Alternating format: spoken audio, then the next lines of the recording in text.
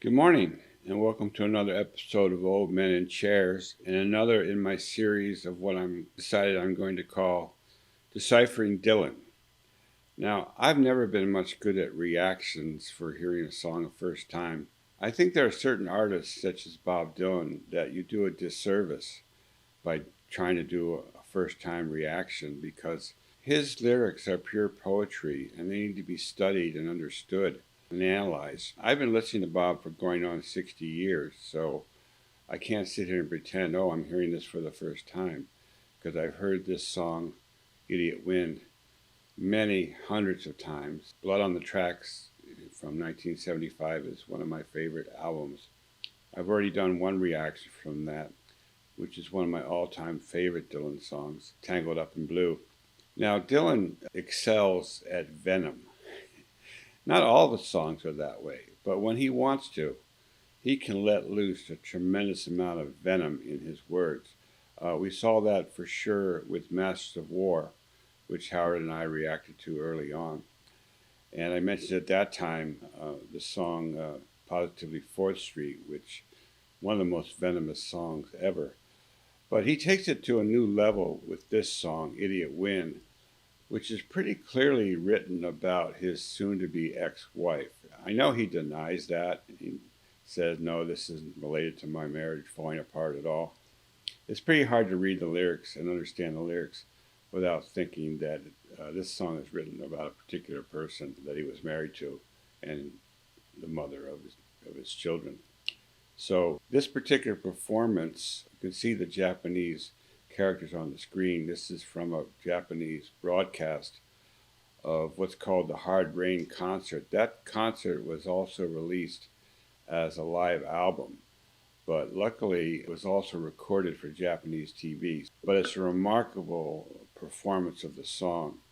Dylan really at the top of his form here on this tour in 1976, shortly after the album came out. As you can see, I'm going to put the lyrics up so you can follow along, and for that reason I'm also going to wear my glasses so I can read the lyrics. Even though I'm very, very familiar with them, I want to get them exactly right.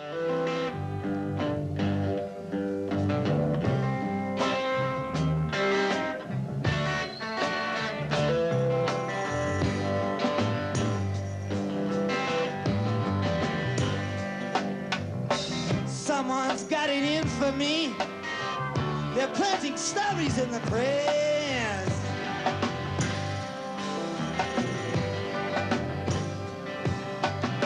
Whoever it is, I wish they cut it out quick. But when they will, I can only guess.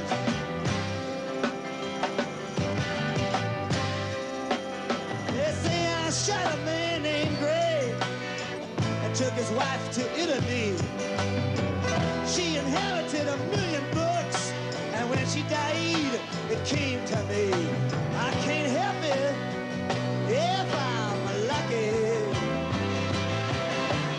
One of the funniest lines, I think, in any song, anywhere, anytime. It makes a good point, just becoming ever more clear about people planting stories in the press. That is pretty much all the press is anymore. A place where people plant fake stories and to try to convince people of their particular narrative. We call it propaganda. So Dylan was onto this early as a celebrity. He saw a lot of fake stories planted about him. But the one about took Mr. Gray's wife to Italy after he shot him, it's a pretty outrageous story. But then he says, I can't help it if I'm lucky. Very funny. If I'm lucky. People see me all the time. I guess they just can't remember how to act.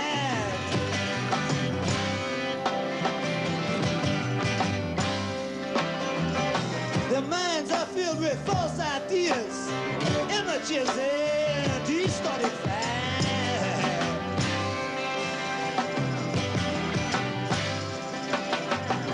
And even you yesterday, you had to ask me where it was at. I couldn't believe after all these years you didn't love me any better than that. So hey, lady. before we go into the chorus, continuation of that idea that people don't know how to act because their minds are filled up with false ideas, images, and distorted facts. Well, where are they getting all those? From the press, from those planted stories, from that propaganda. This song, which is almost 50 years old, pretty much talks about the times we're living in right now. And when he says that even his sweet lady, presume it was his former wife Sarah, that even she didn't know what to think about him because she was taken in by some of these fake stories. And she had to ask him what's really going on. A sad situation, but not totally unbelievable.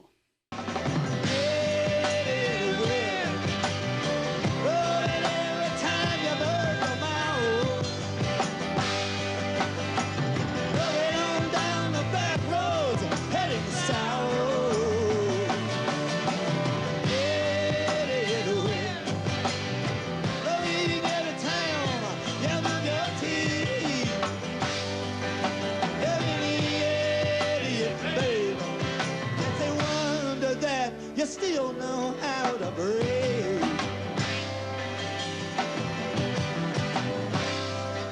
Has anyone ever had such a caustic thing to say about their girlfriend, lover, wife? You're an idiot, babe. It's a wonder you still know how to breathe. I don't know anything more direct or more cutting than that. It's brutal. I ran into the fortune teller. She said, beware, 'cause some lightning in that straight.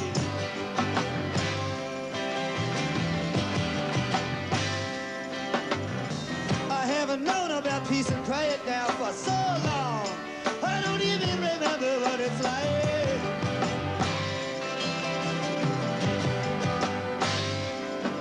There's a lone soldier on the cross, smoke pouring out of a boxcar door. He didn't know it, he never thought it could be done, but in the final shot, he'd won the war after losing every battle. I woke up. Now there's quite a bit in that verse. He doesn't remember peace and quiet for so long, he doesn't remember what it's like. But then he says, there's a lone soldier on the cross. Well, who could that be? This is before his Jesus period, but already he's got a little bit of a biblical reference there, and smoke pouring out of a boxcar door. Not sure what's going on with that, except we're in some type of a war. And he says, you didn't think it could be done. In the end, he won the war after losing every battle. A very, very famous line right there coming out of this song. Of course, the idea of winning the war after losing every battle is very old. You could go back to The Art of War a couple thousand years ago, or the idea of a Pyrrhic victory. You can win a battle and yet sustain so much damage to your position, your resources, that you're actually losing the overall war. This can be understood on many levels. On the personal level, he was losing every battle with his mate, but in the end he won the war. He got out of that relationship. Or it could be Jesus himself on the cross, who certainly lost that battle with the Roman authorities. But in the end, what happened? His word, his truth is marching on. And he won the whole world practically, even though he lost a few battles along the way. Very heavy lines here. Losing every battle. I woke up on the roadside, daydreaming about the way things are really are.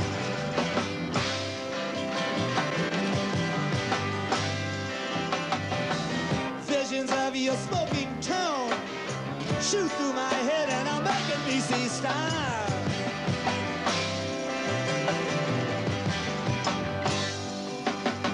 You heard the words that I love best, then cover up the truth with lies. One day you'll be in the grave, flies buzzing around your eyes, blood on your saddle. Now you notice he changed a few words in there, and I didn't catch them all, but perhaps the most significant one, instead of saying one day you'll be in the ditch, he comes out and says one day you'll be in the grave. He's talking about daydreaming about the way things really are, not sometimes are. And he's remembering her chestnut mare, which apparently maybe did have a horse. You know, one day that horse is going to throw you and you're going to be killed or in the ditch. Flies buzzing around your eyes and blood on your saddle. That's a pretty heavy thing to be wishing on the mother of your children. The reason, and he says it right here, you hurt the ones I love the best and cover up the truth with lies. Unfortunately, I've been in that situation where you're separated and soon divorced from your mate, the mother of your children. When he says, you hurt the ones I love the best, he's talking about their children. And sometimes, and this could maybe work both ways, you know, but in my situation, in his situation, sometimes women can be very cruel to their own children and hurt them as part of that whole separation and divorce process. As far as covering up the truth with lies, they probably will deny it. When you're in that situation, it's easy to understand why you would feel so strongly about the other person, the mother of your children, because you're seeing the damage that's being done to your own children. There's nothing more painful than that, I can tell you. It's heartbreaking and it's horrible. People should always put children's interests first. Oftentimes they use the children as weapons. Out on your saddle.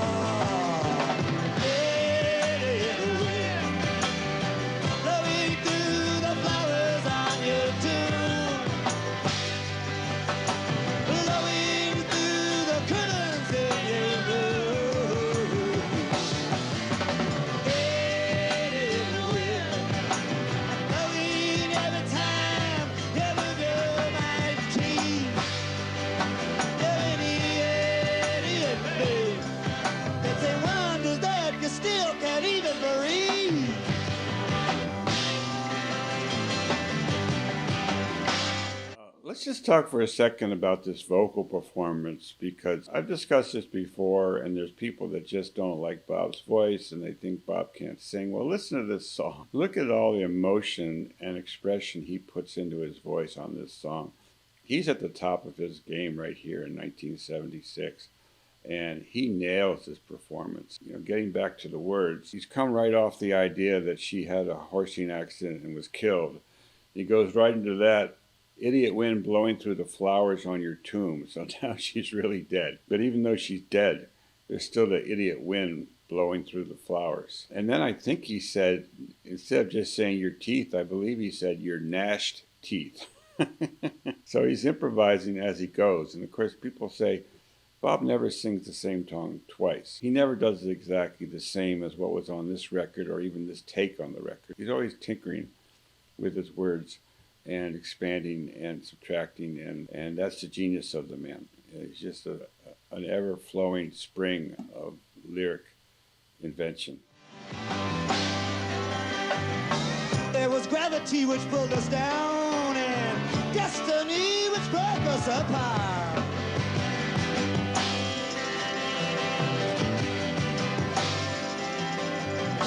You tamed the lion in my cage, but it wasn't enough to change my heart.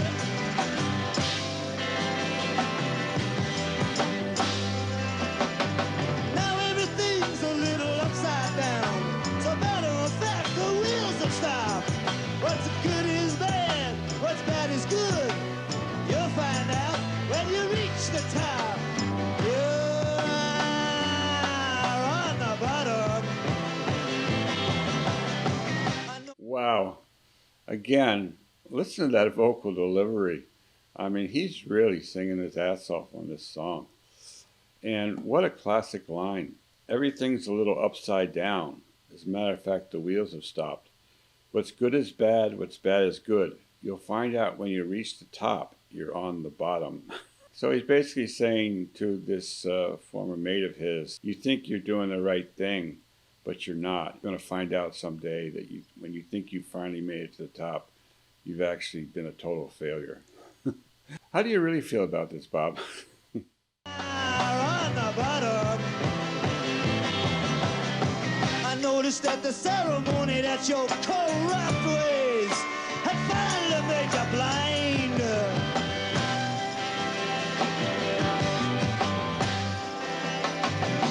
I can't recall your face anymore. Your mouth is changed.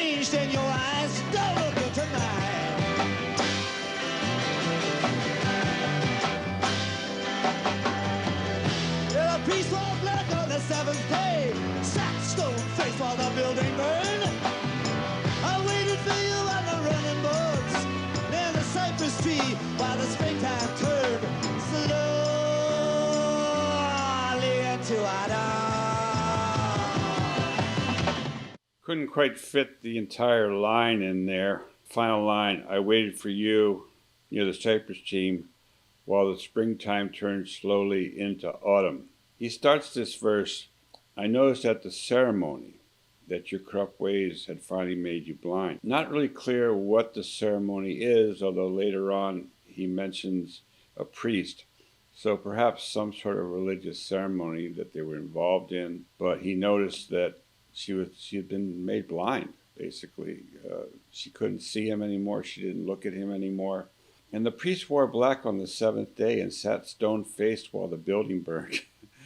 The seventh day being Sunday, being the final day of the week, being perhaps very near the end of this relationship. And the priest just sat there silently, stone-faced, and didn't comment on the fact that the building was on fire. And then, again, he waited for her, hoping that she would come back to herself, hoping that she would meet him. And he waited a long time by the cypress trees, so long, in fact, that spring turned into autumn. So he waited an entire summer, a spring, a summer, and into the fall, hoping that she would come back to herself and come back to their relationship. But no, it was over.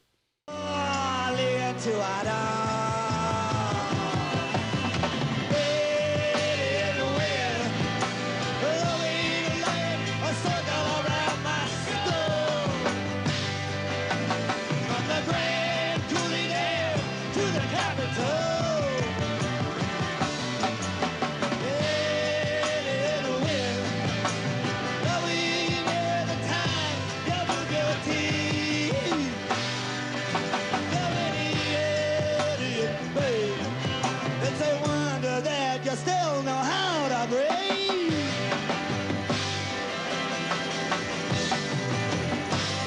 And the band is rocking out right along with them. Why they're wearing that headgear, I don't really know. The concert was in the United States. I believe in Colorado, perhaps, somewhere out west. He's talking about this idiot wind that blows from the Grand Coulee Dam to the Capitol. So again, with Dylan, he's never only on one level. Just like the lone soldier on the cross. Is he talking about his relationship with one woman, or is he talking about Jesus? Or is he talking about the press that's planning stories? Or is he talking about the idiot wind that blows through the Capitol of the United States? Well, we've certainly seen a lot of that lately. What idiots, what blithering idiots we have leading us. Pathetic. They're all bought off and doing what they can to line their own pocket. Never assume that you've got Dylan pegged.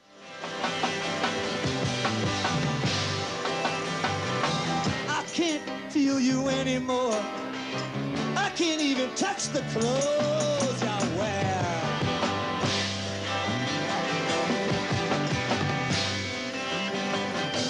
Every time I come into your door, you leave me standing in the middle of the air.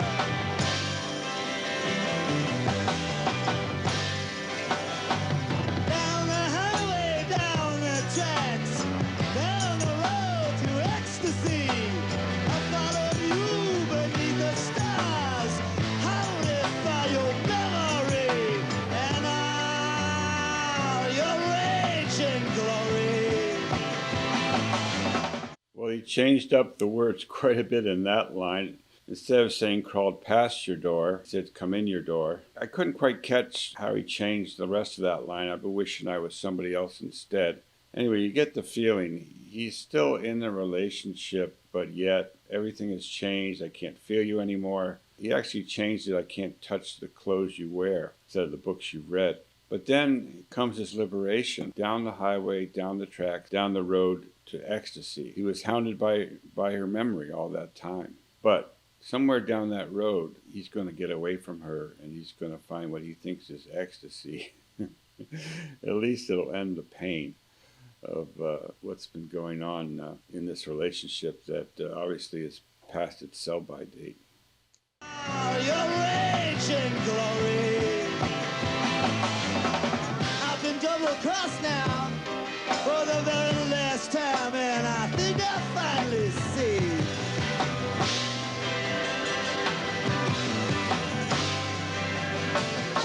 I kissed goodbye the howling beast on the borderline which separated you from me.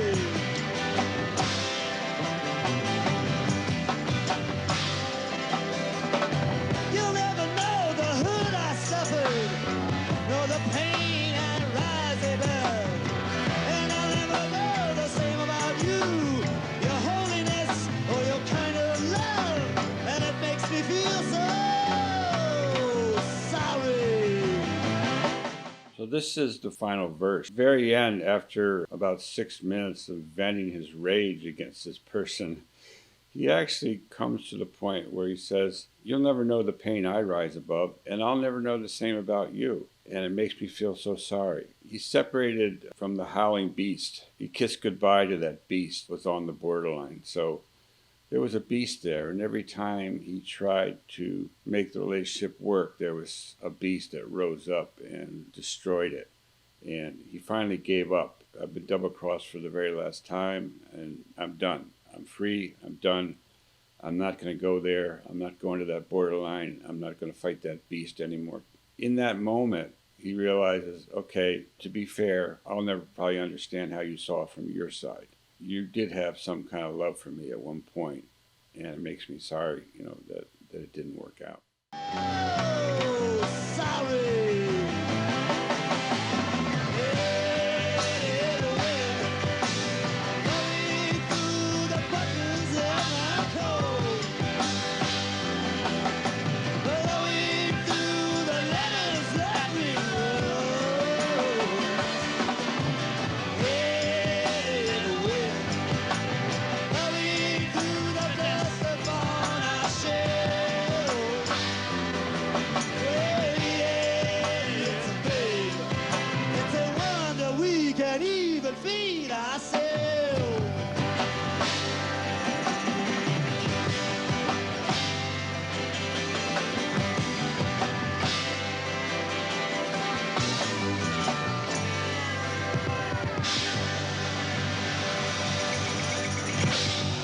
Did you notice that steel guitar in there at the end? Here's that amazing twist to this song at the very end, after saying for 3 or 4 choruses that she was an idiot. It's amazing she could remember how to breathe. At the very end, he admits, "Hey, we are idiots, babe. We're both idiots. And it's a wonder we can even feed ourselves." It comes full circle from this tremendous rant about all the horrible things that she did to him, to recognize, hey, it takes two to tango, and I'm an idiot too. It kind of redeems the song. Without that final twist, you would just walk away thinking, well, that was nasty. That was pretty negative. That was very, very hateful. But in the end, he takes the responsibility and says, I was an idiot too. And that's a hard thing to say when you go back and look at prior relationships and why they didn't work out. Whose fault was it? Maybe nobody's fault. Maybe, you both did the best you could in the circumstances. Don't you just love when Dylan vents his venom like this? I mean, there's nobody that comes close to really telling you how he really feels. Thanks, Bob.